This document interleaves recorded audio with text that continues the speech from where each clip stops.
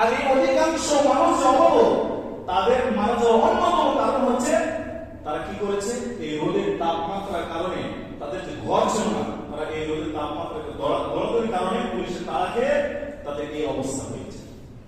তাহলে দুনিয়ার একটু চিত্র, আপনার ঘর নাই এই জন্য আপনি নিরাপদ, ঘর থাকলে আপনি কত নিরাপদ, ঘর না থাকার কারণে আপনি নিরাপদ নাই। এটা বাস্তব, আপনি মিলিয়ে দেখেন। আপনি সারাদিন কাজ করলেন, সারাদিন কাজ করার পরে যখন আপনি আপনার ঘরে ফিরে যাবেন, ঘরে যখন যাবেন আপনি আরাম করবেন, তখন আপনি নিরাপদ, আপনার যে সারাদিনের ক্লান্তি এটা দূর হয়ে যাবে।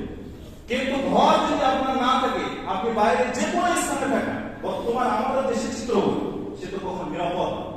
কত ভাবে রাত্রে তো আপনার আসমান থেকে, রাত্রে আসমান থেকে কি নাজিল হয়, বালা মুসিবত নাজিল হয়, আসমান থেকে বালা মুসিবত নাজিল হয়। তাহলে সে কত বিপদের পক্ষে সম্মুখীন হবে শুধুমাত্র তার ঘর না থাকার কারণে। এটা হলো দুনিয়ার চিত্র, কিন্তু আমাদের মূল ঘর কোথায়? জান্নাতে।